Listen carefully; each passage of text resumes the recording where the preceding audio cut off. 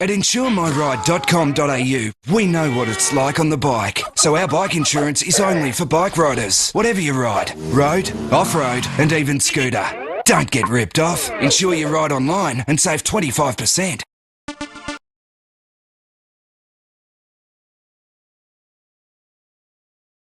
G'day, I'm Guy Allen and this bright red gadget behind me is Honda's Goldwing F6B. Now that's alphabet soup. What's an F6B? Well, it's a bagger in current American speak. So the trend is that you go and get your big touring bike and you kind of run a chainsaw from the dashboard backwards and see what you end up with. It's meant to be a lower, sort of meaner looking kind of bike, and at the same time you lose a bit of weight and make the thing a bit more manoeuvrable. There's some big differences between this and the full Luxo deal Goldwing. It's lower, as I mentioned, the seats have been restyled, we've lost the top box. We've got a few other things too, like cruise control's no longer there, nor is the sat-nav, and nor are the airbags. We've also lost about 28 kilos, Honda says, in weight, which, believe it or not, even though this is still a 385 kilo motorcycle fully wet and rolling, that's enough to make a noticeable difference in how it rides. The Powerplant, Honda's Boxer 6, been around since 2000, pretty well bulletproof, 1832 cc's, claims about 116 horsepower, which is believable. Now this actually doesn't sound like a huge amount of horsepower on a near 400 kilo bike, but you've got to ride one to understand how quick these things are.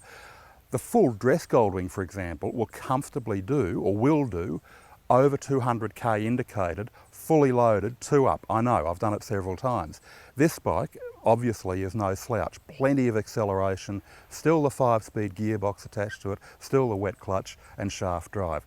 You've also got ABS as a safety net, and that's tied into a set of linked brakes, again like the Goldwing. While the bike feels significantly easier to tip around than a full-size Goldwing, I suspect some of that's psychological, because when you look at the chassis dimensions of this bike, they're identical to the Goldwing. So no real changes there. Nevertheless, I will swear black and blue that it feels easier to toss around. Any downsides? Well, that cut down screen means the air spill comes over and actually produces quite a bit of noise, a lot more than you would be used to on a wing. Now you can get an accessory tall screen for it, and I suspect I'd be wanting that simply so I can make use of the stereo. All up as a package, look, it's a well-known mechanical package, there's no real surprises there. It's a big buffy bike, it's no race bike, it's never going to be, but it's nevertheless quite a lot of fun to chuck around. It will let you chuck it around and it feels perfectly safe when you're doing that. The good news for this bike is it's 10 grand less than a Goldwing, so it works out to about $25,000.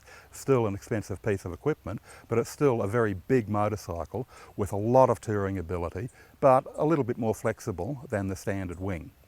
If you're out there looking for a big touring cruiser, or particularly a bagger, then you have to have this on the list of possibilities. Look for the full story in Motorcycle Trader magazine.